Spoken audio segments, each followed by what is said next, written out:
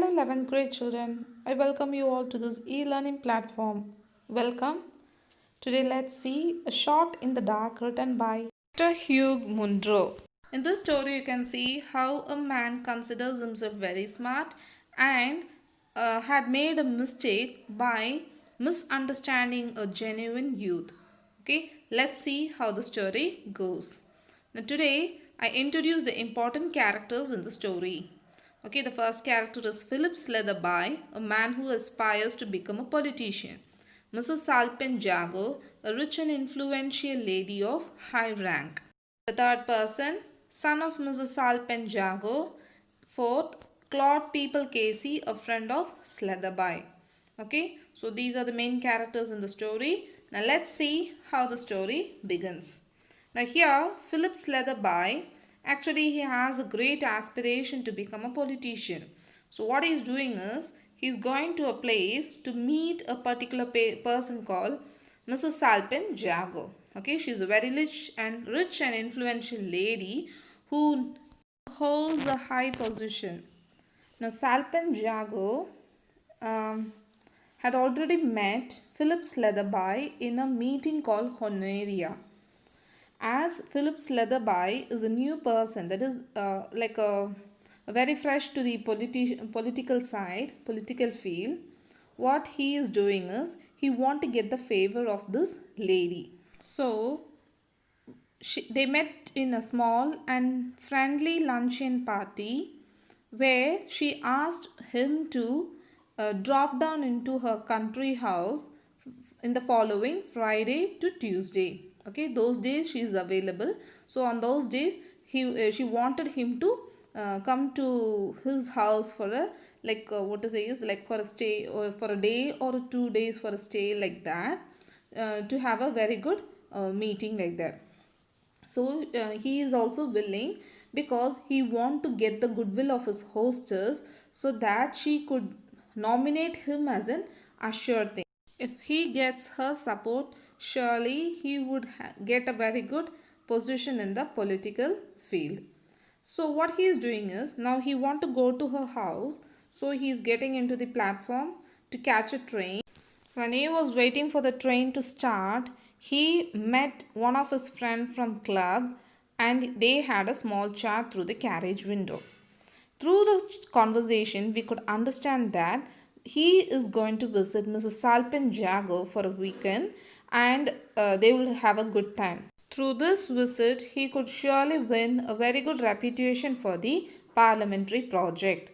So after this conversation, they bid goodbye to each other. After bidding goodbye, Sletherby pulled up the window and he turned his attention to the magazine lying on his lap. After he went a few pages, immediately his attention was captured by an occupant in the carriage. This traveling companion was a young man of about 22 with dark hair, fresh complexion, and the blend of smartness and disarray that marks the costume of a nut who is bound on a rustic holiday. The way he is dressed show him that he is really on a very casual mood and a trip where he is on a rough holiday. So this person, actually what he was doing is he was keep on searching for something from his bag, suitcase and everything. So for the first time what he did is he dumped out everything, things like cigarette case, matchbox, latchkey, silver pencil case and even the railway ticket. But these were not the things for what he was searching for that time being. So again and again what he did is, again once more he'll be searching in the other bag and again he'll come back to this suitcase and he'll be searching for the lost thing. The young man noticed that Philip Sletherby was noticing him. So he started asking about the conversation he had with his friend about dropping down at Salpin Jago at Brill Manor. So he introduced himself as he was the son of Mrs. Salpin Jago, and by the way his name is Bertie. He was the second son and really it was a lucky coincidence that he has met someone who is going to drop or to have a visit to his mother's house.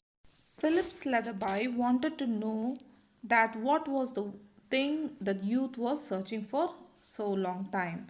So he asked the youth about the thing, and he said he didn't lose anything. Instead, he has left something behind.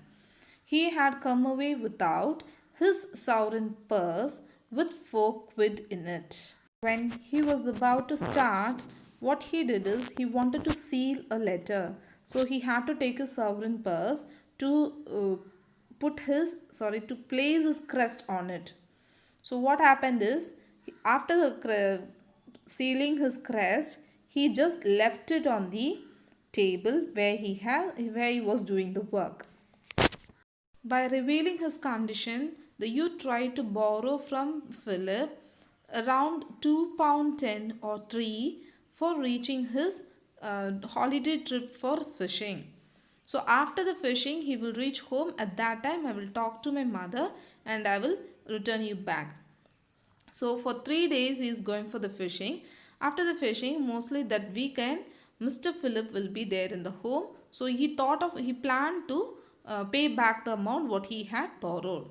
At that moment, Slatherby, what he did is he actually said, okay, I will help you out.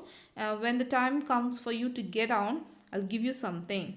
And again he was asking about the crest, and what was the crest of the youth. In a casual manner, he asked this question about the crest, and the youth disclosed that their crest was a demi-lion holding a crosslet in its paw. You can see it in the picture.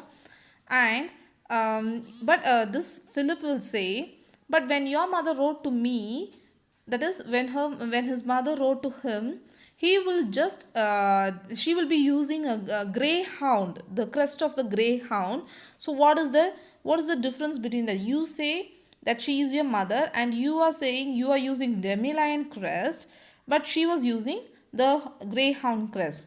So that boy was saying, yes, it is a jago crest. So the first one is a demi-lion crest, the second one is jago crest.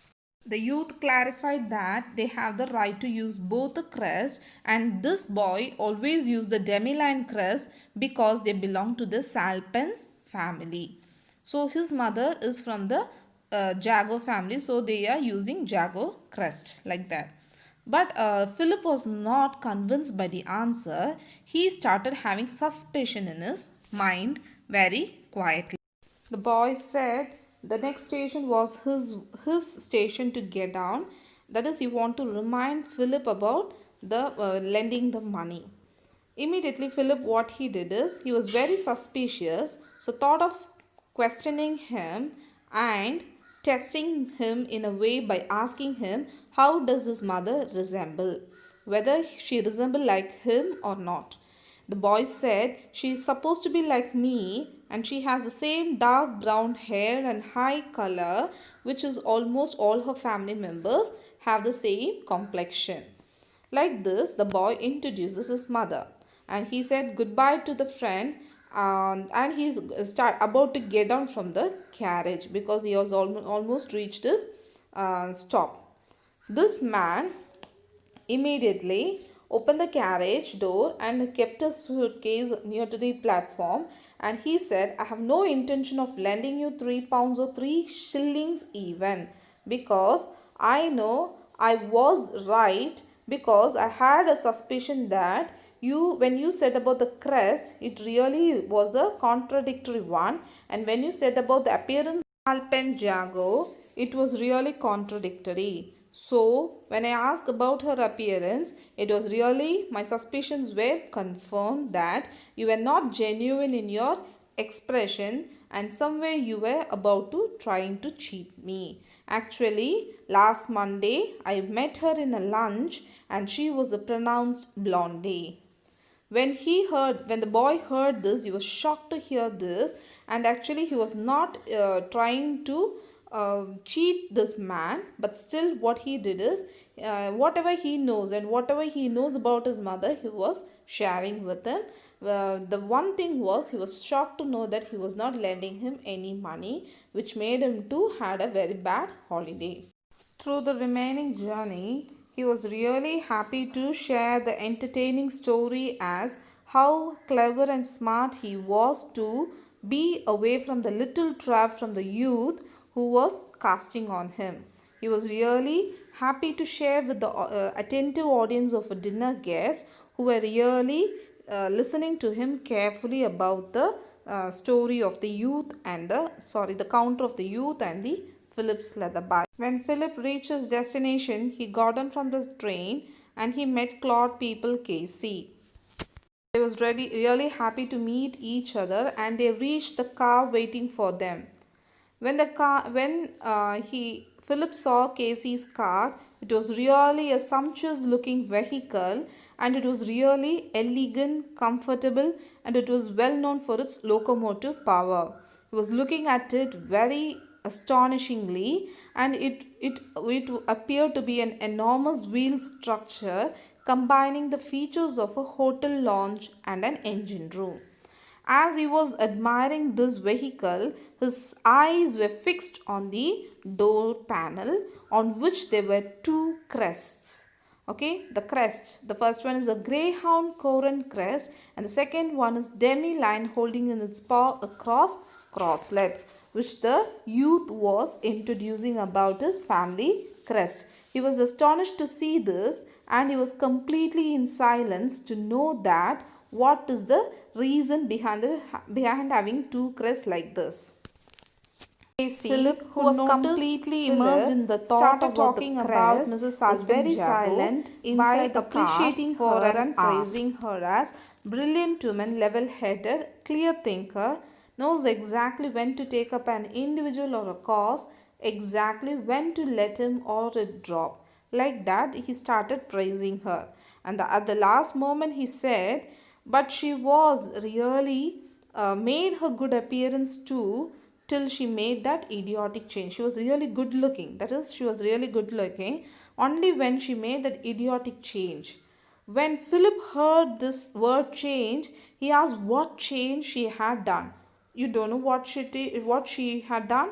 She used to have beautiful dark brown hair, which was very well for her fresh complexion. But one day, like around 5 weeks ago, what she did is she astonished, or she electrified everybody by appearing in the brilliant blonde complexion, which really ruined her looks, that is, which spoiled her looks completely.